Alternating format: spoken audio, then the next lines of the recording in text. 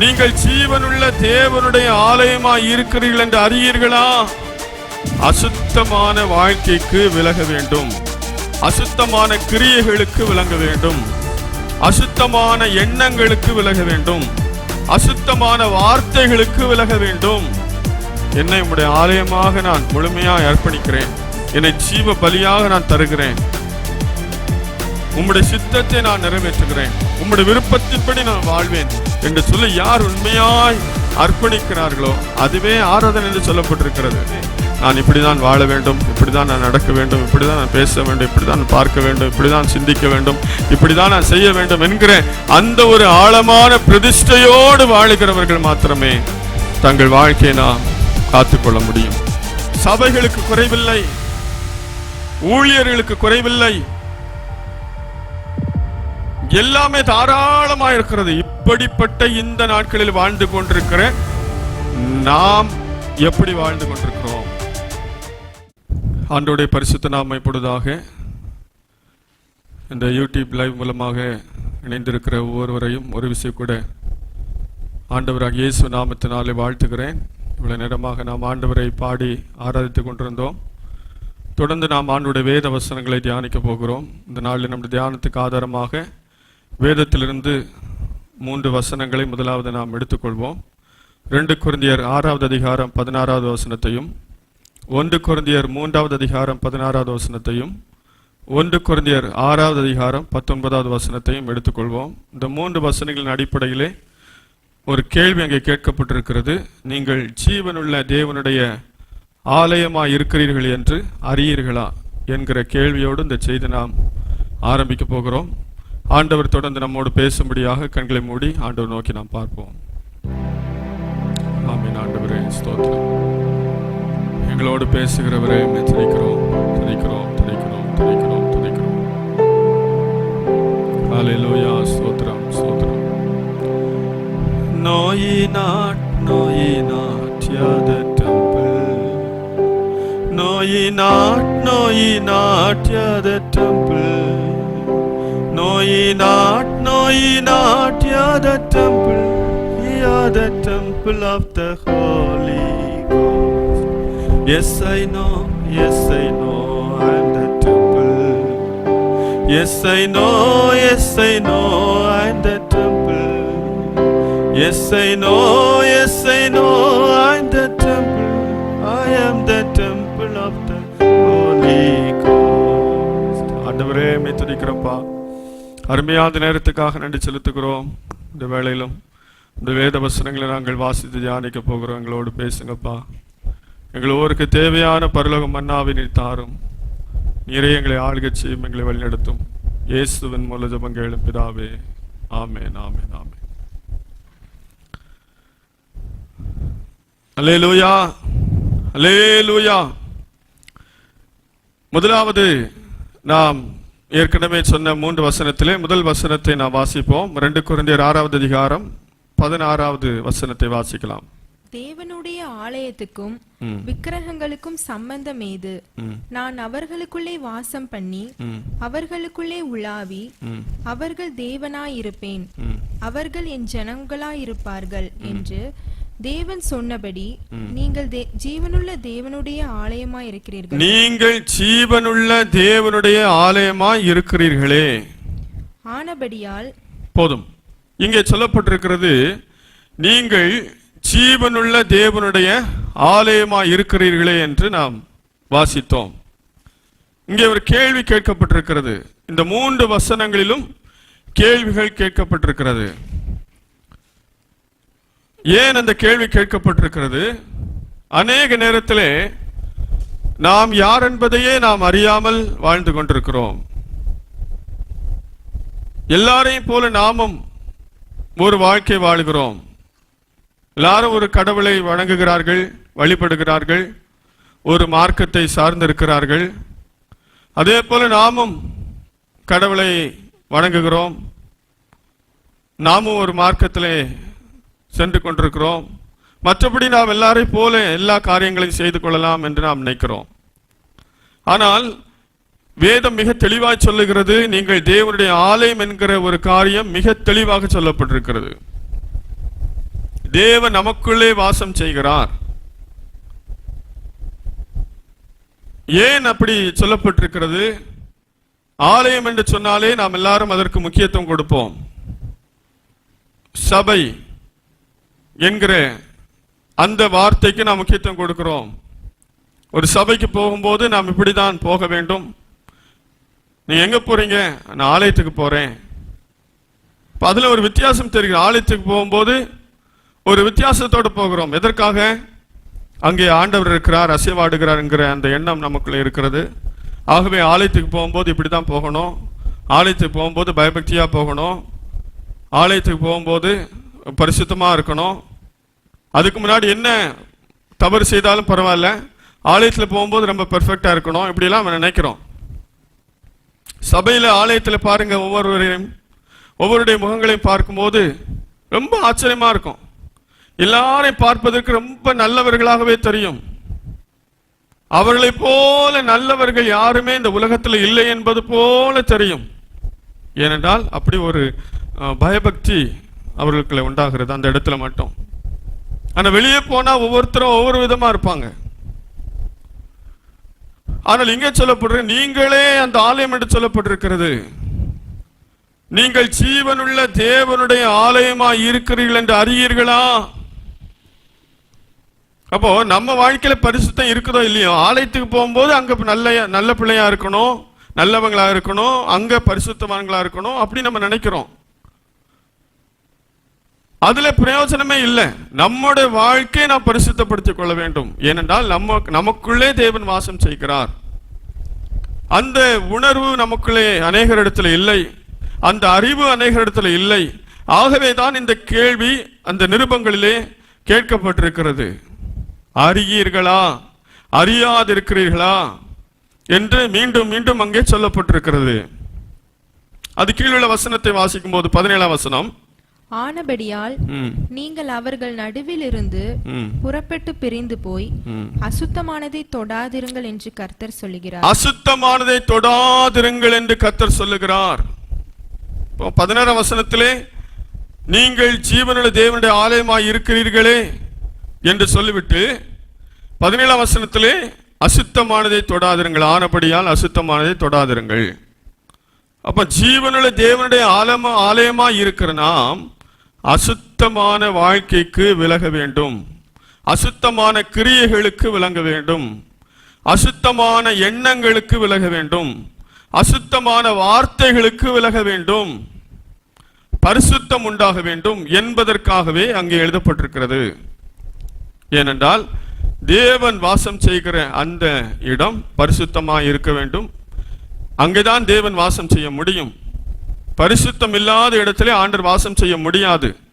ஏதோ வேதத்தில் எழுதியிருக்கிறபடினாலே அப்படியா இவ்வளவு நாள் எனக்கு தெரியாது, அப்ப எனக்குள்ளதான் ஆண்டவர் இருக்கிறாரா அப்படி நம்ம நினைச்சு நம்ம ஏமாற்றிக் கொள்வதற்காக அல்ல. ஆண்டவர் நமக்குள்ளே வாசம் செய்கிறார் என்கிற எண்ணத்திலே எப்போது நம்மை பரிசுத்தமாய் நாம் பாதுகாத்துக் கொள்ள வேண்டியது அவசியமாயிருக்கிறது. ஆகவே கட்டடத்தில் ஒரு ஆலயம் என்கிற கைகளால் கட்டப்பட்ட அந்த கட்டடத்திற்கு கொடுக்கப்படுகிற முக்கியத்துவத்தை பார்க்கிலும் அதிக முக்கியத்துவம் நம்முடைய வாழ்க்கைக்கு கொடுக்கப்பட வேண்டும். ஏனென்றால் நமக்குள்ளே தான் ஆண்டவர் வாசம் செய்கிறார் அதிகமாக. இரண்டாவது ஒரு வசனம் 1 கொரிந்தியர் 6ஆம் அதிகாரம் 19வது வசனத்தை வாசிக்கலாம்.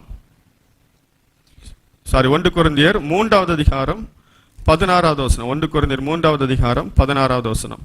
நீங்கள் தேவனுடைய ஆலயமாய் இருக்கிறீர்கள் என்றும், நீங்கள் தேவனுடைய ஆலயமாய் இருக்கிறீர்கள் என்றும், தேவனுடைய ஆவி உங்களில் வாசமாய் இருக்கிறார் என்றும், தேவனுடைய ஆவி உங்களில் வாசமாய் இருக்கிறார் என்றும் அறியாதிருக்கிறீர்களா? அறியாதிருக்கிறீர்களா? இங்கேயும் கேள்வி கேட்கப்படுகிறது. அறியாதிருக்கிறீர்களா? அநேகர் அறியாம தான் இருக்கிறோம். நீங்கள் தேவனுடைய ஆலயமாய் இருக்கிற என்று அறியாதிருக்கிறீர்களா? தேவனுடைய ஆவி உங்களில் வாசமா இருக்கிறார் என்று அறியாது இருக்கிறீர்களா? நிறைய பேர் அது தெரியாம இருக்கிறோம். ஏதோ ஆலயத்துக்கு போகும்போது மட்டும் பரிசுத்தமா போகணும், மற்ற நேரம் இஷ்டம் போல வாழலாம் அப்படின்னு நிறைய பேர் நினைக்கிறாங்க. குடிக்கிறவங்க என்ன நினைக்கிறாங்க? நாளைக்கு ஞாயிற்றுக்கிழமை நம்ம ஆலயத்துக்கு போகணும், அதனால குடிக்க வேண்டாம். நாளைக்கு ஆலயத்துக்கு போய் ஆராதனை முடிச்சுட்டு வந்து என்ன செய்யலாம், தண்ணி அடிச்சுக்கலாம், நல்லா குடிச்சு போதையில் இருக்கலாம் அப்படின்னு நினைச்சுக்கிறாங்க. பீடி சிகரெட் குடிக்கிறவங்க கூட சரி இன்னைக்கு சர்ச்சுக்கு போறோம் அதனால இன்னைக்கு சிகரெட் குடிக்க வேண்டாம், இன்னைக்கு ஆலயத்துக்கு போறோம் அதனால வெத்தலை பாக்கு போட வேண்டாம். சில ஞாயிற்றுக்கிழமை பார்த்தா பல்லு நல்லா வெள்ளையா இருக்கு, இடனால திடீர்னு தெரியாம மாட்டிக்கிட்டாங்கன்னா பல்ல பார்த்தா சிகப்பா இருக்கு.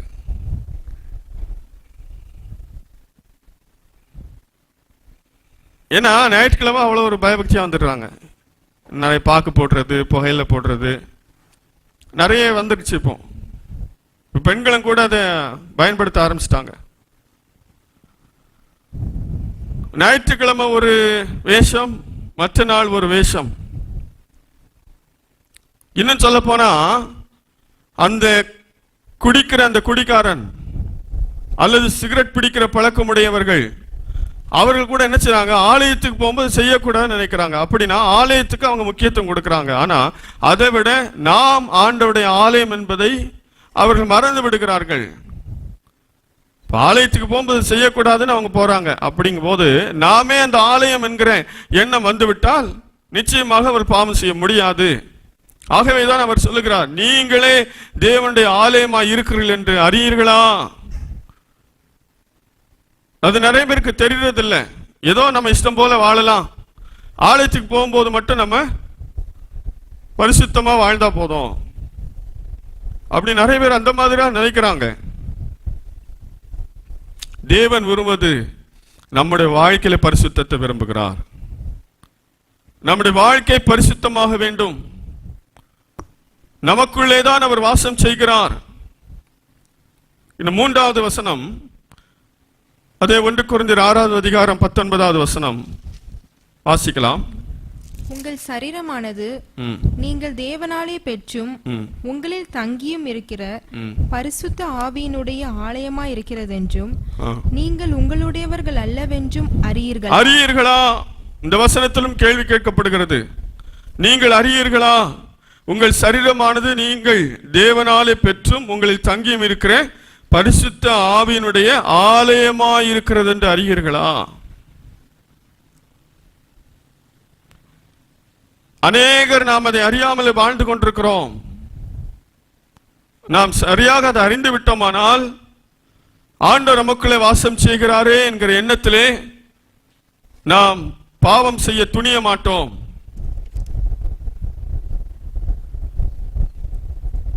அதெல்லாம் தெரியாமவே ஒரு கிறிஸ்தவ வாழ்க்கை வாழ்ந்து கொண்டிருக்கிறோம். கேட்டால் நான் ஒரு கிறிஸ்தவன் என்று கிறிஸ்தவன் என்று சொல்லிக் கொள்கிறோம். வேதத்தில் ஏதோ ஒரு 4-5 வசனங்களை தெரிந்து வைத்து விட்டு எனக்கும் எல்லாம் தெரியும் சொல்லி நினைச்சிட்டு இருக்கிறோம்.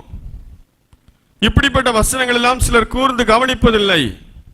ஏதோ சில வாக்குத்தத்தங்களை வாசிப்பது, சில ஆசீர்வாதமான வசனங்களை வாசிப்பது, அதோடு எல்லாமே எனக்கு தெரியும் என்று நினைத்து விடுகிறார்கள். மீண்டும் மீண்டும் இந்த கேள்வி அங்கே கொரிந்தியர் நிருபத்தில் கேட்கப்படுகிறது. நீங்கள் தேவனுடைய ஆலயம் என்று அறியீர்களா? அப்படின்னா ஏன் அறியாம இந்த பாவத்தெல்லாம் செஞ்சுட்டு இருக்கீங்க? சபைக்கு வரும்போது நல்லா இருக்கீங்க, ஆனா உங்க வாழ்க்கை 90% உங்க வாழ்க்கை பாவத்தில் இருக்கிறது. ஞாயிற்றுக்கிழமை மட்டும் ஒரு பரிசுத்தமான ஒரு போக்கை வைத்துக்கொண்டு மற்ற நாட்கள் எல்லாம் மனம் போன போக்கில் வாழ்கிற வாழ்க்கை. ஆகவேதான் பவுல் கொரிந்து சபைக்கு மிக தெளிவாக அங்கே சொல்லுகிறார். அந்த வசனத்திலே மேலுள்ள வசனங்களை வாசிக்கும் பொழுது 15ஆம் வசனத்திலிருந்து வாசிக்கலாம். உங்கள் சரீரங்கள் கிறிஸ்துவின் அவயவங்கள் என்று அறியீர்களா? அப்படி இருக்க நான் கிறிஸ்துவின் அவயவங்களை வேசியின் அவயவங்கள் ஆக்கலாமா? அப்படி செய்யலாகாதே. வேசியோடு இசைந்திருக்கிறவன் அவளுடனே ஒரே சரீரமாய் இருக்கிறான் என்று அறியீர்களா? இருவரும் ஒரே மாம்சமாய் இருப்பார்கள் என்று சொல்லியிருக்கிறதே. அப்படியே கர்த்தரோடு இசைந்திருக்கிறவனும் அவருடனே ஒரே ஆவியாய் இருக்கிறான். வேசித்தனத்திற்கு விலகி ஓடுங்கள். வேசித்தனத்திற்கு விலகி ஓடுங்கள். மனுஷன் செய்கிற எந்த பாவமும் சரீரத்திற்கு புறம்பாயிருக்கும். சரீரத்திற்கு புறம்பாயிருக்கும். வேசித்தனம் செய்கிறவனோ தன் சுய சரீரத்துக்கு விரோதமாய் பாவம் செய்கிறான். ஆகவே தேவனுடைய ஆலயமாய் இருக்கிறீர்களே, நீங்கள் இப்படிப்பட்ட பாவத்தை எப்படி செய்ய முடியும் என்று அப்போஸ்தலனாகிய பவுல் அங்கே சொல்லுகிறார். கொரிந்து சபைக்கு எழுதும் போது அந்த 5ஆம் அதிகாரத்திலே வாசிக்கிறோம். அங்கே விபச்சாரம் செய்கிற ஒரு மனிதன் இருந்தான். அவனை குறித்து அந்த பவுல் வேதனைப்பட்டு கவலைப்பட்டு இப்படி ஒரு பாவம் நடைபெறுகிறதே என்று சொல்லி அவர் அதை கேள்விப்பட்டு அந்த கொரிந்து சபைக்கு எச்சரிப்பாக எழுதுகிறார். அவனும் சபைக்கு தான் வர்றான். சபைக்கு வருவதனாலே ஒருவர் பரிசுத்தவான் என்றோ பரிசுத்தவாட்டி என்றோ உண்மையான கிறிஸ்தவர்கள் என்றோ சொல்லிவிட முடியாது. சபைக்கு வரும்போது எல்லாரும் நல்லா தான் இருப்பாங்க. சபையில எல்லாரையும் பார்க்கும்போது ரொம்ப பரிசுத்தவான்களா தான் தெரியும். ஆனா தனிப்பட்ட வாழ்க்கையிலே நாம் எப்படி வாழ்ந்து கொண்டிருக்கிறோம்? இங்கே சொல்லப்பட்டிருக்கிறது, வேசித்தனத்திற்கு விலகி ஓடுங்கள். ஏனென்றால் ஆண்டவருடைய ஆலயமாய் இருக்கிற நாம் பாவம் செய்துவிட்டு ஆண்டவருடைய ஆலயமாய் இருக்க முடியாது. ஆண்டவர் நம்மளை வாசம் பண்ண முடியாது. ஆண்டவர் அப்படி வாசம் பண்ணுகிற வாழ்க்கை நாம் வாழவில்லை என்றால் நமக்காக வைத்திருக்கிற நித்திய ஜீவனை நாம் சுதந்தரித்துக் கொள்ள முடியாது. ஆகவே நம்முடைய வாழ்க்கையில பரிசுத்தம் தேவை. அது பெரிய பாவமா இருக்கலாம், சிறிய பாவமா இருக்கலாம். எந்த பாவமா இருந்தாலும் பாவம் செய்கிற இடத்திலே ஆண்டவர் வாசம் செய்ய முடியாது. அவர் பரிசுத்தம் உள்ள தேவன். பழைய ஏற்பாட்டு நாட்களில் இஸ்ரவேல் ஜனங்களுக்கு அநேக நெறிமுறைகளை, கட்டளைகளை, நியமங்களை, நீதி நியாயங்களை அவர் சொல்லியிருந்தார். எதற்காக? நான் பரிசுத்தமான தேவன், நான் உங்கள் மத்தியில் உலாவ வேண்டும் என்றால் நீங்கள் இப்படி இப்படி இருக்க வேண்டும் என்று சொல்லி ஏராளமான கற்பனைகளை அவர்களுக்கு சொல்லியிருந்தார். அதையெல்லாம் அவர்கள் கை கொள்ளாமல் பின்வாங்கி போனார்கள். ஆகவே இந்த புதிய ஏற்பாட்டு நாட்களிலே அவர் என்ன சொன்னார்? நீங்களே அந்த ஆலயம் என்று சொல்லி இருக்கிறார். ஆகவே ஆண்டவர் எங்கேயோ ஒரு இடத்துல இருக்கிறாரு. நம்ம போற சபையில ஆண்டவர் இருக்கிறாரு. நாம் கட்டியிருக்கிற ஆலயத்தில் ஆண்டவர் இருக்கிறாரு. அல்லது அந்த ஊர்ல இருக்கிற அந்த சபையில தான் ஆண்டவர் இருக்கிறாரு. அப்படி என்று நாம் நினைத்து நம்முடைய மனம் போல வாழ்ந்து விட்டு அந்த இடத்துக்கு போகும்போது மட்டும் நம்முடைய பரிசுத்தத்தை காண்பிப்பது அல்ல. அது பரிசுத்த வாழ்க்கை அல்ல. தேவன் அதை எதிர்பார்க்கவும் இல்லை, அதுல பிரயோஜனமும் இல்லை.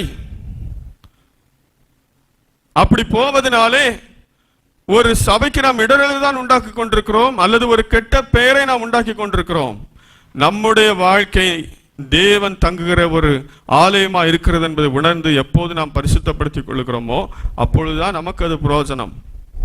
ஆகவே நம்முடைய வாழ்க்கையில பரிசுத்தம் மிகவும் அவசியமா இருக்கிறது.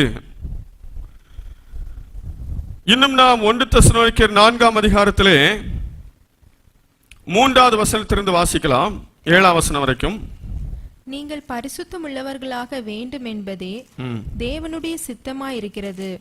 அந்தபடி நீங்கள் வேசி மார்க்கத்துக்கு விலகி இருந்து தேவனை அறியாத அஞ்ஞானிகளைப் போல மோக இச்சைக்குட்படாமல் உங்களில் அவனவன் தன் தன் சரீரபாண்டத்தை பரிசுத்தமாயும் கனமாயும் ஆண்டு கொள்ளும்படி அறிந்து இந்த விஷயத்தில் ஒருவனும் மீறாமலும் தன் சகோதரனை வஞ்சியாமலும் இருக்க வேண்டும்.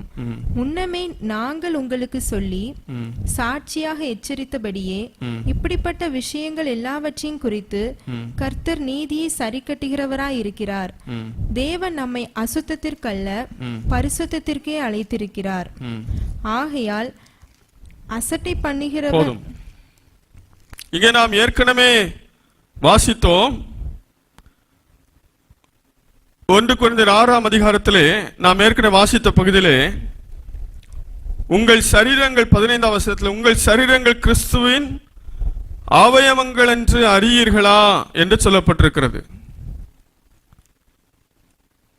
ஆகவே நம்முடைய சரீரம் பரிசுத்தமாய் பாதுகாக்கப்பட வேண்டிய ஒன்று. கிறிஸ்து நமக்கு தலையாயிருக்கிறார், அவருக்கு கீழே சரீரம், அதான் சபை. அந்த சபையிலே, அந்த சரீரத்தில் நாம் ஒவ்வொருவரும் அங்கத்தினர்களாய், அங்கமாய், சரீரத்தின் அவயவமாய் இருக்கிறோம் என்று அங்கு தெளிவாக சொல்லப்பட்டிருக்கிறது. ஆகவே கிறிஸ்துவின் தலையில இணைக்கப்பட்டிருக்கிறதான சரீரத்தின் அவயவங்களாகிய நாம் எவ்வளவு பரிசுத்தமாய் இருக்க வேண்டும் என்பதை குறிப்பதற்காக அங்கு சொல்லப்பட்டிருக்கிறது. அதை உணர்ந்து நாம் பரிசுத்தமாய் வாழ வேண்டும்.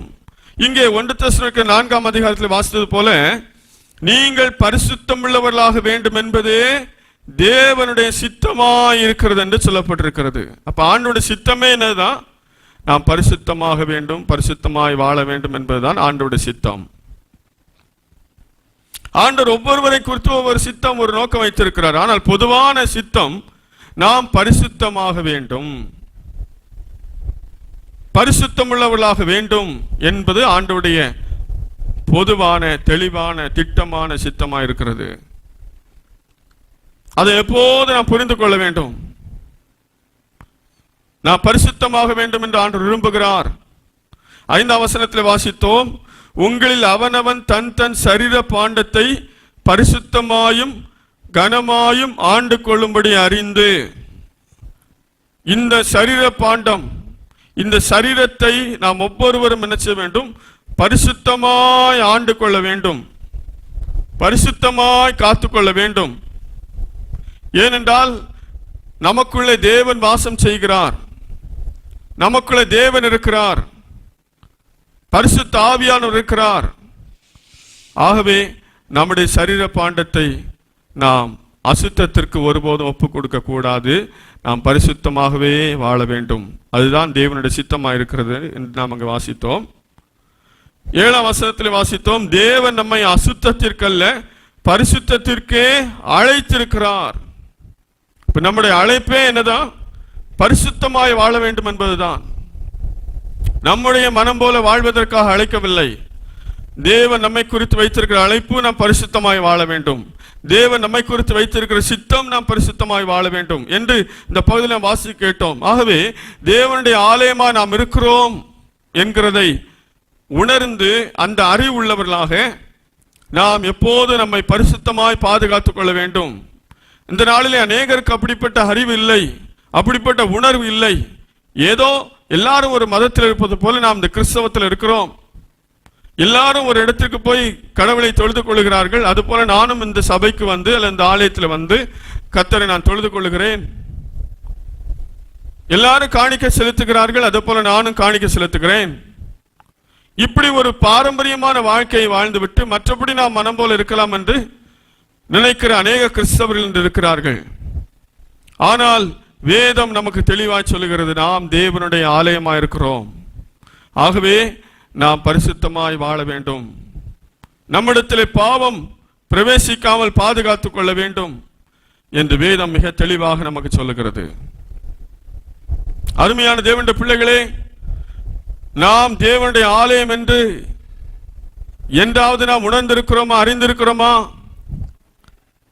தேவனுடைய ஆலயம் என்று நாம் உணர்ந்து விட்டால், நாம் சரியாக அறிந்து விட்டால் நாம் பாவம் செய்ய மாட்டோம். ஏனென்றால் ஒரு ஆலயத்தை எடுத்துக்கொள்ளும் போது ஆலயத்தில் இதெல்லாம் செய்யக்கூடாது, ஆலயத்தில் படுத்து தூங்கக்கூடாது, அல்லது ஆலயத்தில் சாப்பிடக்கூடாது, ஆலயத்தில் செப்பல் போட்டுட்டு போகக்கூடாது, ஷூ போட்டுட்டு போகக்கூடாது, இப்படிலாம் நிறைய கண்டிஷன் நாமே ஏற்படுத்திக்கிறோம். ஆலயத்தில் இப்படி தான் பெயிண்ட் பண்ணணும், இப்படி தான் லைட் இருக்கணும், ஆலயம்னா இப்படி தான் இருக்கணும், இந்த இடத்துல தான் இருக்கணும், இப்படின்னு நாமே நிறைய கட்டுப்பாடுகளை வைச்சிருக்கிறோம். ஏனென்றால் அங்கே ஆண்டவர் அசைவாடுகிறார். ஆனால் வேதம் மிக தெளிவாக சொல்ல, நீங்கள் ஆலயம் என்று சொல்லியிருக்கிறப்போ அந்த கட்டடத்துக்கே அவ்வளவு ஒரு பரிசுத்தம் வேணும் நம்ம நினைக்கிறோம். நமக்குள்ளே வாசம் செய்கிறான்னு சொல்லும் போது நமக்குள்ள எந்த அளவுக்கு பரிசுத்தம் இருக்க வேண்டும் என்பதை நாம் உணர்ந்து கொள்ள வேண்டியது அவசியமா இருக்கிறது. ரோமருக்கு எழுதின நிருபம் 12ஆம் அதிகாரம் 1வது வசனத்தை வாசிக்கலாம். அப்படி இருக்க சகோதரரை, நீங்கள் உங்கள் சரீரங்களை பரிசுத்தமும் தேவனுக்கு பிரியமுமான ஜீவ பலியாக ஒப்பு கொடுக்க வேண்டுமென்று தேவனுடைய இரக்கங்களை முன்னிட்டு உங்களை வேண்டிக் கொள்கிறேன்.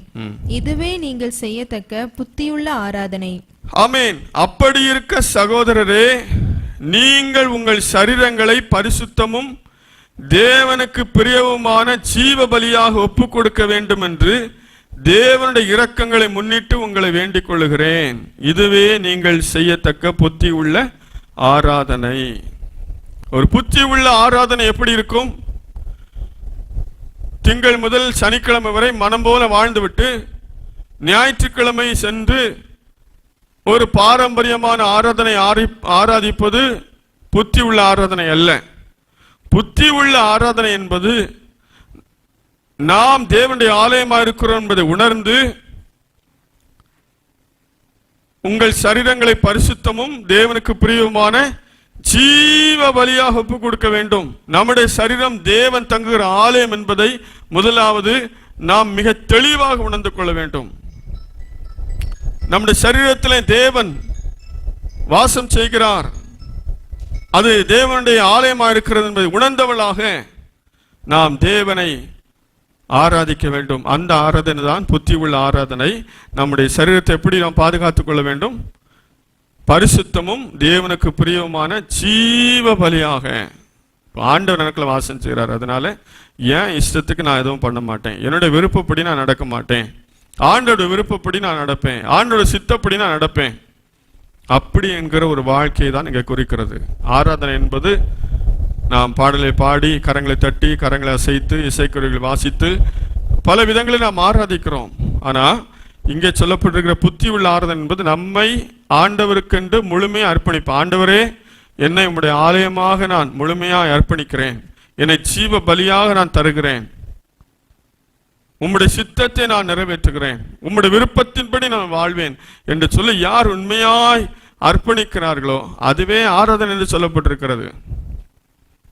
ஆராதனையில கடைசியில அர்ப்பணித்தேன், நான் அர்ப்பணித்தேன் இப்படி பாட்டு பாடுறது, ஆராதனை கடைசி பதில ஒப்பு கொடுக்கிற மாதிரி சில பாசாங்க பண்றது, இதில் நம்முடைய வாழ்க்கையை நாம் ஜீவ பலியாக ஒப்பு கொடுக்க வேண்டும். நம்முடைய வாழ்க்கை பரிசுத்தமான வாழ்க்கையாக நாம் அர்ப்பணிக்க வேண்டும். தேவன் எனக்குள்ளே வாசம் செய்கிறார், நான் தேவனுடைய ஆலயமாக இருக்கிறேன், பரிசுத்த ஆவியானவர் எனக்குள்ளே வாசம் செய்கிறார், ஆகவே நான் இப்படிதான் வாழ வேண்டும், இப்படிதான் நான் நடக்க வேண்டும், இப்படிதான் நான் பேச வேண்டும், இப்படிதான் நான் பார்க்க வேண்டும், இப்படிதான் சிந்திக்க வேண்டும், இப்படிதான் நான் செய்ய வேண்டும் என்கிற அந்த ஒரு ஆழமான பிரதிஷ்டையோடு வாழுகிறவர்கள் மாத்திரமே தங்கள் வாழ்க்கையை நாம் காத்துக்கொள்ள முடியும். ஜீவ பலியாக நாம் அர்ப்பணிக்க வேண்டும். தேவன் நம்மிடத்திலே பரிசுத்தத்தை அதிகமாக எதிர்பார்த்து தான் இந்த கேள்விகளை வேதத்திலே அவர் கேட்டிருக்கிறார். கொரிந்து சபைக்கு அப்போஸ்தலனாகிய பவுல் அந்த கேள்வியை கேட்கிறார், அறியீர்களா? இன்னைக்கு சபைகள்ல நிறைய பேர் அறியாமலே இருக்கிறாங்க. நாம் ஒவ்வொருவரும் தேவனுடைய ஆலயம் என்பதை அறியாமல் நாம் இருக்கிறோம். அப்படி அறிந்திருந்தால் நம்முடைய வாழ்க்கையிலே எல்லா நாட்களும் எல்லா பகுதிகளிலும் நாம் பரிசுத்தமாய் வாழுவோம். அப்படி அறியாததுனால தான் ஆலயத்துக்கு வரும்போது மட்டும் பரிசுத்தமாய் வாழுகிறோம். ஆலய ஆராதனை முடிந்தவுடனே எல்லாமே முடிஞ்சிருச்சு. அந்த ஒரு சில மணி நேரம், 2 மணி நேரம் அல்லது 2.5 மணி நேரம் அல்லது ஒரு 3 மணி நேரம், அது முடிச்ச பிறகு அதுக்கு முன்னாடி என்ன வேணாலும் பண்ணிக்கலாம், அதுக்கு பிறகு என்ன வேணாலும் பண்ணிக்கலாம் நினைக்கிறோம். இல்லை, நம்முடைய வாழ்க்கை முழுவதும் பரிசுத்தமான வாழ்க்கையாக இருக்க வேண்டும். அதுதான் தேவன் எதிர்பார்க்கிறார். இந்த புதிய ஆதியில நான் பார்க்கும்போது முதல்ல ஆலயங்கள் எதுவும் இல்லை. மோசே நாட்களில் தான் ஆசரிப்பு கூடாரம் ஏற்படுத்தப்பட்டது. சாலமோன் நாட்களிலே ஆலயம் கட்டப்பட்டது. அதற்கு பின்பு இயேசு கிறிஸ்து நாட்களிலே சபைகள் எழும்பினது. அந்த நாட்களில் தான் மிக தெளிவாக சொன்னார், நீங்களே என்னுடைய ஆலயம் என்று சொல்லியிருக்கிறார். நம்முடைய வாழ்க்கையில பரிசுத்தத்தை எதிர்பார்த்து இந்த கடைசி நாட்களில் வாழ்கிற நாம் எப்படி வாழ்ந்து கொண்டிருக்கிறோம்? நம்முடைய வாழ்க்கை குறித்து ஒரு பொறுப்பு நமக்கு இருக்கிறதா? நம்முடைய வாழ்க்கை நமக்குள்ளே ஆண்டவர் வாசம் செய்கிறார், நாம் தேவனுடைய ஆலயம் என்கிற எண்ணத்தில் வாழ்ந்து கொண்டிருக்கிறோமா? நம்மை விட பல வருடங்களுக்கு, பல 1000 வருடங்களுக்கு முன்பாக வாழ்ந்த பரிசுத்தவான்கள் கூட தங்கள் சரீரத்தை அவர்கள் மிக பரிசுத்தமாய் காத்து கொண்டார்கள். அவர்களுக்கு இப்படிப்பட்ட சத்தியங்கள் எல்லாம் வெளிப்படுத்தப்படவில்லை. அப்படி இருந்தும் அவர்கள் அவ்வளவு ஒரு பரிசுத்தமாய் தங்களை காத்துக் கொண்டார்கள். நான் ஆலயத்தில் உலாவுவேன் என்று சொன்ன அந்த நாட்களில் கூட வாழ்ந்த பரிசுத்தவான்கள் சிலர் தங்களையும் தேவனுடைய ஆலயமாகவே நினைத்து வாழ்ந்து கொண்டிருந்தார்கள். வேதத்தில் சில மனிதர்களை நான் வேகமாக உங்களை சுட்டிக்காட்ட விரும்புகிறேன். நியாயப்பிரமாணம் கொடுக்கப்படுவதற்கு முன்பாக வாழ்ந்த ஒரு மனிதன், நியாயப்பிரமாணம், ஆசரிப்பு கூடாரம், ஆராதனை ஒழுங்குமுறைகள் எல்லாம் மோசே நாட்களில் தான் அங்கே கொடுக்கப்பட்டது. அதற்கு முன்பாக எந்த ஒரு திட்டமும் கொடுக்கப்படவில்லை. அந்த நாட்களில் வாழ்ந்த ஒரு மனிதன் யோசேப்பு. இந்த யோசேப்பை குறித்து அடிக்கடி நம்முடைய பிரசங்களில் நாம் கேட்டுக்கொண்டிருக்கிறோம். இந்த யோசேப்புடைய வாழ்க்கையிலே அவன் எப்படி தன்னுடைய வாழ்க்கை பரிசுத்தமாய் காத்துக்கொண்டான்?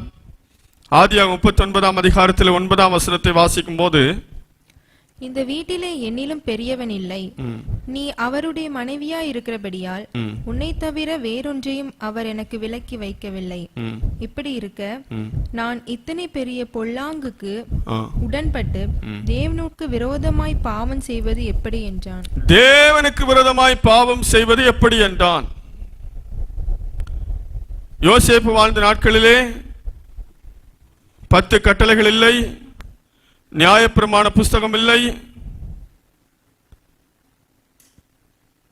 ஆசாரியன் இல்லை, லேவியன் இல்லை, ஆசரிப்பு கூடாரம் இல்லை, போதிக்கிற போதகர்கள் இல்லை. நியாயப்பிரமாண காலத்துக்கு முன்பான காலம். இப்ப சொல்ல போனா அவன் அந்த தேசத்துல இல்லை, தன் தகப்பன் வீட்டோடு அவன் இல்லை. இப்படிப்பட்ட சூழ்நிலையிலும் தன்னுடைய வாழ்க்கையை எப்படி பரிசுத்தமாய் காத்துக்கொண்டான் என்று பாருங்கள். என் தேவனுக்கு விரோதமாக நான் பாவம் செய்வது எப்படி? ஆனா இந்த நாள்ல நமக்கு பைபிள் இருக்கு. வீட்டுக்கு ஒரு பைபிளா இருக்கு இல்ல, வீட்டுக்கு பல பைபிள் இருக்கு. ஒவ்வொருத்தருக்கும் ஒரு பைபிள் இருக்கும். சிலர் 2 பைபிள் வச்சிருப்பாங்க, 2 பைபிள் வச்சிருப்பாங்க. பாடல் புத்தகங்கள் இருக்கிறது, டிவி சேனல்ஸ் இருக்கு. 24 மணி நேரமும் கிறிஸ்தவ செய்திகளையும் கிறிஸ்தவ பாடல்களையும் கிறிஸ்தவ பிரசங்கங்களையும் 24 மணி நேரம் ஒளிபரப்பிக் கொண்டிருக்கிற எத்தனையோ சேனல் வந்துருச்சு. சபைகளுக்கு குறைவில்லை, ஊழியர்களுக்கு குறைவில்லை, எல்லாமே தாராளமாக இருக்கிறது. இப்படிப்பட்ட இந்த நாட்களில் வாழ்ந்து கொண்டிருக்கிற நாம் எப்படி வாழ்ந்து கொண்டிருக்கிறோம்? ஒன்றுமே இல்லாத அந்த காலத்திலே, அந்நிய தேசத்திலே, ஆண்டவரை குறித்து அறியாத அந்த தேசத்திலே அந்த யோசேப்பு சொன்னான், தேவனுக்கு விரோதமாக நான் பாவம் செய்வது எப்படி? அந்த யோசேப்பை வைத்து நம்ம நியாயம் தீர்த்தால் நாம் எங்கே சென்று நிற்போம்? வேற எதையும் வச்சு நியாயம் தீர்க்க வேண்டாம். அவ்வளவு காலத்துக்கு முன்பாக வாழ்ந்த யோசேப்பு இவ்வளவு பரிசுத்தமா வாழ்ந்திருக்கும் போது ஆண்டவர் நம்ம பார்த்து அப்படிதான் கேட்பார், நீ எப்படி வாழ்ந்துட்டு இருக்க? சபை இருக்கு, ஊழியக்காரர் இருக்காங்க, விசாரிக்க வர்றாங்க, ஜெபிக்கிறாங்க. எப்போது வேண்டுமானாலும் உடனடியா பாஸ்டருக்கு ஃபோன் பண்ணலாம், பாஸ்டர் இப்படி ஒரு பிரச்சனை, இப்படி ஒரு சூழ்நிலை, நான் என்ன செய்யலாம், இது பண்ணலாமா பண்ணக்கூடாதா? அப்படிப்பட்ட ஒரு நவீன காலத்தில் வாழ்ந்திருக்கிற நாம். ஒன்று தெரியல, நெட்ல சர்ச் பண்ணலாம். ஒரு சத்தியம் தெரியலனா, ஒரு விளக்கம் தெரியலனா கூட நம்ம எடுத்துக்கலாம். என்னத்தை வேணாலும் ஆண்டவர் குறித்து அறிஞ்சிக்கலாம். அப்படிப்பட்ட ஒரு காலத்தில் வாழ்ந்திருக்கிற நாம் எப்படி வாழ்ந்து கொண்டிருக்கிறோம்?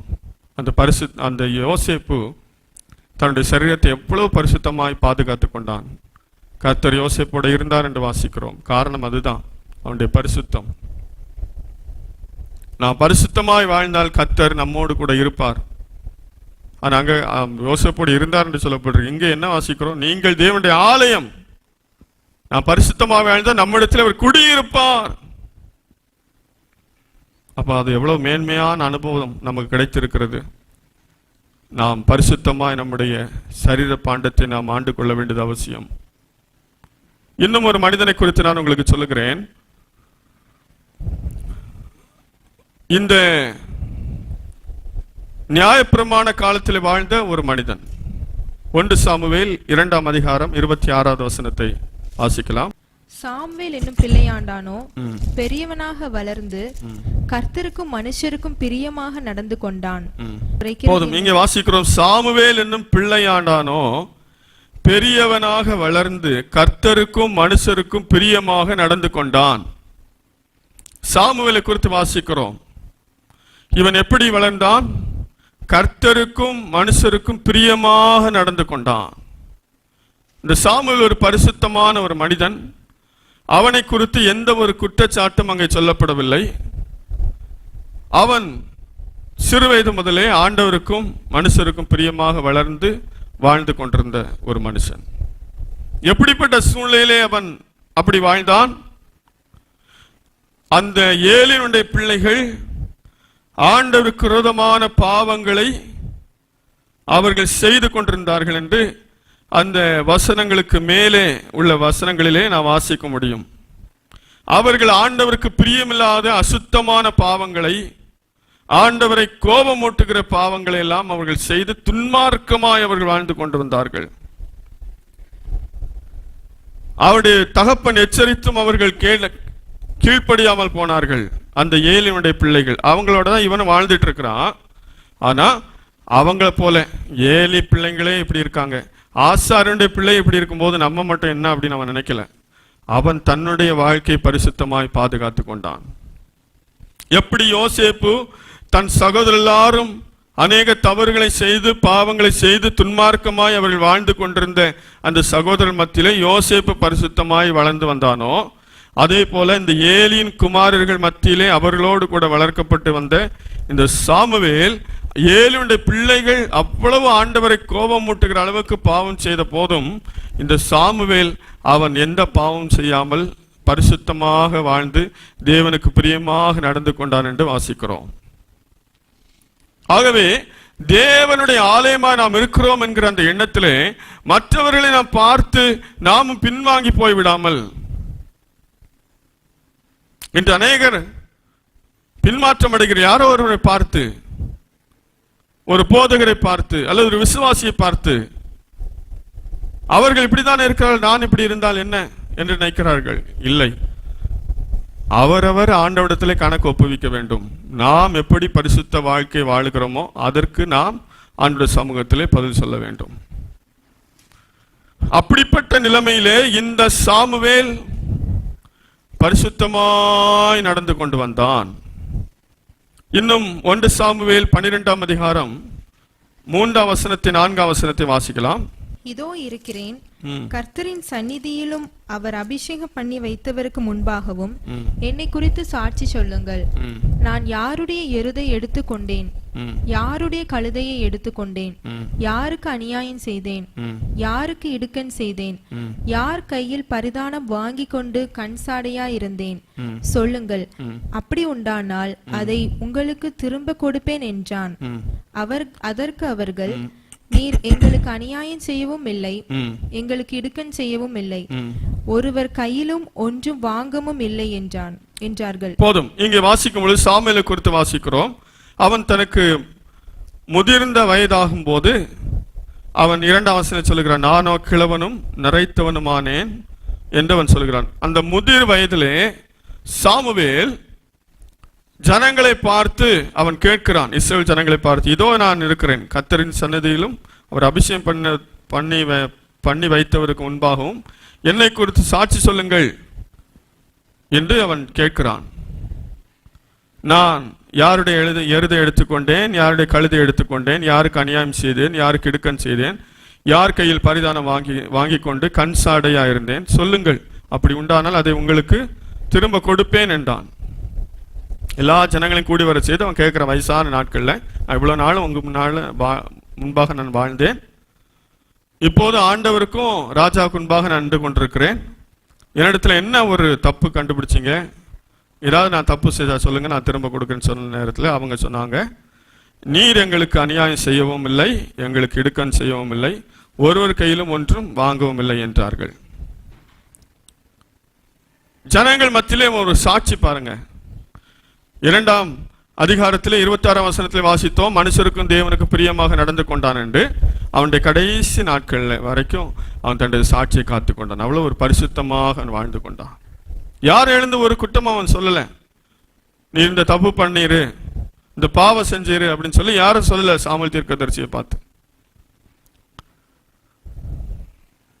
அந்த நியாயப்பிரமாண காலத்திலே ஆண்டவர் சொன்ன எல்லா சட்ட திட்டங்களையும் கை கொண்டு ஆண்டவருக்கு பிரியமாக வாழ்ந்து கொண்டிருந்த ஒரு ஆசாரியனாய், ஒரு தீர்க்கதரிசியாய், ஒரு நியாயாதிபதியாய் இருந்து தன்னுடைய சரீரப்பிரகாரமான வாழ்க்கையிலே பரிசுத்தமாய் வாழ்ந்து கொண்டிருந்தான்.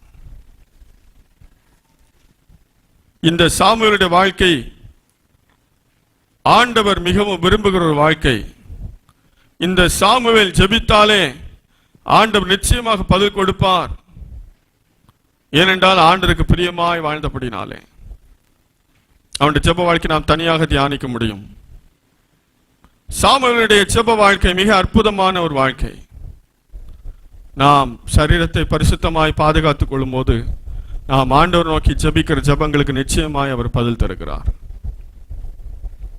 ஆகவே இதெல்லாம் எதற்கு சொல்லுகிறேன், பழைய ஏற்பாட்டு நாட்களில் வாழ்ந்த இவங்க அந்த சூழ்நிலையின் மத்தியில் இவ்வளவு பரிசுத்தம் வாழ்ந்திருக்கும் போது புதிய ஏற்பாட்டில் வாழ்ந்த நாட்களில் வாழுகிற நாம் ஏன் பரிசுத்தமாய் வாழ முடியவில்லை? ஆசாரியனும் ஆண்டவர் கீழ்ப்படியில, ஆசாரியனுடைய பிள்ளைகளும் ஆண்டவர் கீழ்ப்படியில. ஆனாலும் அந்த இடத்திலே அந்த அவர்கள் மத்தியிலே வளர்ந்து கொண்டு வந்த அந்த பிள்ளை ஆண்டான், பரிசுத்தமாய் ஆண்டவருக்கு பிரியமாய் வாழ்ந்தான். மூன்றாவது ஒரு மனிதனை உங்களுக்கு நான் சொல்ல விரும்புகிறேன். தானியேலின் புத்தகத்திலே 1ஆம் அதிகாரம் 8ஆம் வசனத்தை வாசிக்கலாம். தானியேல் ராஜாவின் போஜனத்தினாலும் அவர் பானம் பண்ணும் திராட்சரசத்தினாலும் தன்னை தீட்டுப்படுத்தால் ஆகாதென்று தன் இருதயத்தில் தீர்மானம் பண்ணிக்கொண்டு தன்னை தீட்டுப்படுத்தாதபடி பிரதானிகளின் தலைவனிடத்தில் வேண்டிக் கொண்டான். ஆமென். இவன் என்ன தீர்மானம் பண்ணிக்கொண்டான்? தன்னை தீட்டுப்படுத்தலாகாது என்று தீர்மானம் பண்ணிக்கொண்டான். ஏன் ஏன் தன்னை தீட்டுப்படுத்தக் கூடாது என்று நினைத்தான்? இவன் வாழ்ந்த காலம் ஒரு இருண்ட காலம் என்று சொல்லலாம். அப்பொழுது தேவாலயம் எல்லாம் இடிக்கப்பட்டது, எருசலேம் பிடிக்கப்பட்டது. அங்கே ஆசாரியர் கிடையாது, யாரும் கிடையாது. ஏற்கனவே இருந்த அந்த பிரமாணங்கள் அதெல்லாம் இவன் போதிக்கிறதுக்கு ஆள் இல்லை. இவங்க அந்த தேசத்திலிருந்து அந்நிய தேசத்தில் அடிமையாக வந்துட்டாங்க. ஆண்டவர்கள் பாவம் செய்தபடினாலே யூத ஜனங்களையும் இஸ்ரவேல் ஜனங்களையும் சிறையிருப்புக்கு ஒப்பு கொடுத்தார். சிறையிருப்பின் காலத்திலே வாழ்ந்த ஒரு மனிதன் தான் தானியேல். இவனும் சிறையாக பிடிக்கப்பட்டு பாபிலோன் தேசத்தில் வாழ்ந்து கொண்டிருக்கிற நமக்கு தெரியும். ஒரு வாரத்துக்கு முன்பதாக கூட நாம் தியானித்திருக்கிறோம். இந்த தானியேலுடைய வாழ்க்கையை நாம் பார்க்கும்போது அவனுடைய ஒரு தீர்மானம் பாருங்க, நான் என்ன செய்ய மாட்டேன், என்னை தீட்டுப்படுத்த மாட்டேன், போஜனத்தினால் தீட்டுப்படுத்த மாட்டேன் என்கிற அந்த ஒரு வைராக்கியத்தோடு வாழ்ந்தான். அந்த தானியேலுக்கு சொல்லப்படவில்லை, நீ என்னுடைய ஆலயமா இருக்கிறாய் என்கிற அந்த சத்தியம் அவனுக்கு அன்று தெளிவாக சொல்லப்படவில்லை. ஆனாலும் அவனுக்குள் அந்த எண்ணம், கர்த்தர் தானியேலோடு கூட இருந்தார் என்று வேதத்தில் வாசிக்கிறோம். இந்த புதிய ஏற்பாட்டு நாட்களில் மிக தெளிவாய் சொல்லப்பட்டும் நம்மால் தேவனுடைய ஆலயமாக வாழ முடியவில்லை. ஆனால் அந்த இருண்ட காலம் என்று வேத ஆராய்ச்சியாளர்கள் சொல்வார்கள். எங்களுக்கு இருந்த அடையாளங்களை காணோம் என்று சொல்லுகிற அந்த காலம், அந்நிய தேசத்திலே அங்கே ஆராதனை இல்லை, அங்கே ஆசரிப்பு கூடாரம் இல்லை, அங்கே தேவாலயம் இல்லை. இஸ்ரவேல் ஜனங்கள் பாவம் செய்தபடினாலே அவர்களோடு ஆண்டவர் பேசுவது அந்த அனுபவம் எல்லாம் இல்லை. தரிசனங்களில் குறைந்து விட்டது. வருகிற தரிசனங்கள் எல்லாம், தீர்க்க தரிசனம் எல்லாம் அவர்களுக்கு எச்சரிப்பாகவும் அவர்களுக்கு தண்டனை கொண்டு வருவதாகவும் இருந்தது. அவர்கள் தாங்கள் செய்த பாவங்களுக்கு தக்கதாக அநேக பாடுகளையும் கஷ்டங்களையும் துன்பங்களையும் அனுபவித்துக் கொண்டிருந்த அந்த காலத்தில் இந்த தானியேல் தன்னுடைய வாழ்க்கையை பரிசுத்தமாய் காத்துக் கொள்வதற்கு தீர்மானத்தோடு இருந்தான். இந்த நாட்களில் நாம் எப்படி வாழ்ந்து கொண்டிருக்கிறோம்? என்ன வேணாலும் சாப்பிட்டுக்கலாம், ஃப்ரெண்ட்ஸு கூட சேர்ந்து கொஞ்சம் தண்ணி சாப்பிட்டுக்கலாம். எப்போமாவது ஒருக்கா தான் நான் சாப்பிட்றோம். அல்லது திருமண வீட்டுக்கு வந்திருக்கிறோம், அல்லது ஃபங்க்ஷனுக்கு வந்திருக்கிறோம், அல்லது ரிட்டைர்மெண்ட் மீட்டிங் வந்திருக்கிறோம். அதனால் கொஞ்சம் சாப்பிட்றதுனால தப்பு இல்லை. சாப்பிடலன்னா தப்பாக நினச்சிக்குவாங்க. இப்படியெல்லாம் நினச்சி நம்ம வாழ்க்கையை நம்ம தீட்டுப்படுத்தி கொண்டிருக்கிறோமா? நம்முடைய வாழ்க்கையில் இந்த பாவம் செய்தால் என்ன, அதனால் அவனை ஆண்டுட்டு மன்னிப்பு கேட்டுக்கலாம்னு நினச்சிட்டு இருக்கிறோமா? இல்லை, நாம் தேவனுடைய ஆலயம் என்பதை எப்போதும் உணர்ந்து கொள்ள வேண்டும். 4வது ஒரு மனிதனை உங்களுக்கு சுட்டி காட்ட விரும்புகிறேன். 1 கொரிந்தியர் 9ஆம் அதிகாரம் 27ஆம் வசனத்தை வாசிங்க. 1 கொரிந்தியர் 9:27. மற்றவர்களுக்கு பிரசங்கம் பண்ணுகிற நான் தானே ஆகாதவனாய் போகாதபடிக்கு என் சரீரத்தை ஒடுக்கி கீழ்ப்படுத்துகிறேன். மற்றவர்களுக்கு பிரசங்கம் பண்ணுகிற நான் தானே ஆகாதவனாய் போகாதபடிக்கு என் சரீரத்தை அடக்கி, வாசிங்க, என் சரீரத்தை ஒடுக்கி கீழ்ப்படுத்துகிறேன். சரீரத்தை ஒடுக்கி கீழ்ப்படுத்துகிறேன் என்னது? சரீரத்தை அல்ல, சரீரத்தின் கிரியைகளை, சரீரத்தின் அவயவங்களை கிறிஸ்துவுக்குள் அடக்கியவன் காத்து கொண்டான். அருமையான தேவனுடைய பிள்ளைகளே, புதிய ஏற்பாட்டு நாட்களிலே, கிருபை நாட்களில் வாழ்ந்து கொண்டிருந்த மனிதன் நாம் எப்படிப்பட்ட காலத்தில் வாழ்ந்திருக்கோம்? அதற்கு பின்பு சுமார் 2000 ஆண்டுகளுக்கு பின்பதாக வாழ்ந்து கொண்டிருக்கிறோம். அப்படி என்றால் நாம் எவ்வளவு பரிசுத்தமாய் வாழ வேண்டும், எவ்வளவு பரிசுத்தமாய் நம்மை காத்துக்கொள்ள வேண்டும். நம்மை நாம் ஆராய்ந்து பார்ப்போம். கண்களை மூடி ஆண்டவர் நோக்கி பார்ப்போம். ஆமென். ஸ்தோத்திரம் ஆண்டவரே, துதிக்கிறோம்ப்பா. கேட்ட வார்த்தைகளை மனதில் வைத்து ஆண்டவரை நாம் மகிமைப்படுத்துவோம். ஹல்லேலூயா. ஸ்தோத்திரம் அப்பா, மை துதிக்கிறோம், மை ஸ்தோத்திரிக்கிறோம். ஹல்லேலூயா, ஹல்லேலூயா. நீங்கள் ஜீவனுள்ள தேவனுடைய ஆலயமாக இருக்கிற என்று அறியீர்களா? நம்முடைய இஷ்டம் போல வாழ்கிற வாழ்க்கை அல்ல, நாம் தேவனுடைய ஆலயமாக இருக்கிறோம் என்கிற எண்ணத்தோடு ஒரு நாள் நம்முடைய வாழ்க்கையை பரிசுத்தமாய் காத்துக்கொள்ள வேண்டும். அதுதான் தேவனுடைய சித்தம், அதுதான் நம்மை குறித்து தேவனுடைய அழைப்பு. தேவன் அதை தான் எதிர்பார்க்கிறார். ஹல்லேலூயா, ஹல்லேலூயா, ஹல்லேலூயா, ஹல்லேலூயா.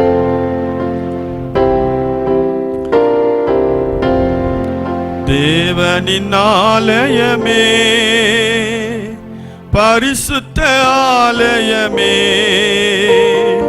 மகிமையின் ஆலயமே, நாமே அவ்வாலயமே.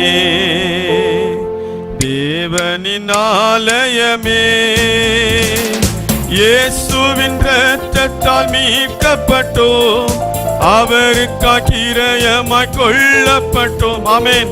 இயேசுவின் இரத்தத்தால் மீட்கப்பட்டோம், அவருக்காக கிரயமாய் கொள்ளப்பட்டோம். தேவனின் ஆவியால் நிரப்பப்பட்டோமே, நாம் தேவ பிள்ளைகளானோ, அவர் சொந்த ஜனமானோ. தேவனின் ஆவியால் நிரப்பப்பட்டோமே, நாம் தேவ பிள்ளைகளானோ, அவர் சொந்த ஜனமானோ. தேவனின் ஆலயமே, பரிசுத்த ஆலயமே. எல்லாரும் அர்ப்பணிப்போடு பாடுவோம். மகிமையின் ஆலயமே, நாமே அவ்வாலயமே. தேவனின் ஆலயமே, நாம் இனி நம்முடையவர்கள் அல்ல, அவரே சரீரத்தின் சொந்தமானார். ஆமென். நாம் இனி நம்முடையவர்கள் அல்ல, அவரே சரீரத்தின் சொந்தமானார். வஞ்சிக்கப்படாமல் தீட்டுப்படுத்தாமல் பரிசுத்தம் காத்துக்கொள்வோம், பரிசுத்த ஜாதியாக. வஞ்சிக்கப்படாமல் தீட்டுப்படுத்தாமல் பரிசுத்தம் காத்துக்கொள்வோம். ஆமென். பரிசுத்த ஜாதியாக. தேவனின் ஆலயமே, பரிசுத்த ஆலயமே, மகிமையின் ஆலயமே,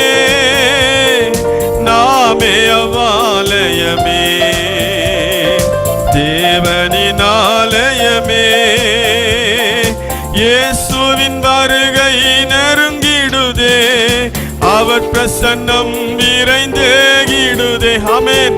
இயேசுவின் வருகை நெருங்கிடுதே, அவர் பிரசன்னம் விரைந்தேகிடுதே. மகிமை மேல் மகிமை அடைந்திடுவோமே, நாம் மறுரூபமாகிடுவோம், மகிமையில் சேர்ந்திடுவோம். மகிமை மேல் மகிமை அடைந்திடுவோமே, நாம் மறுரூபமாகிடுவோம், மகிமையில் சேர்ந்திடுவோம். ஆமென்.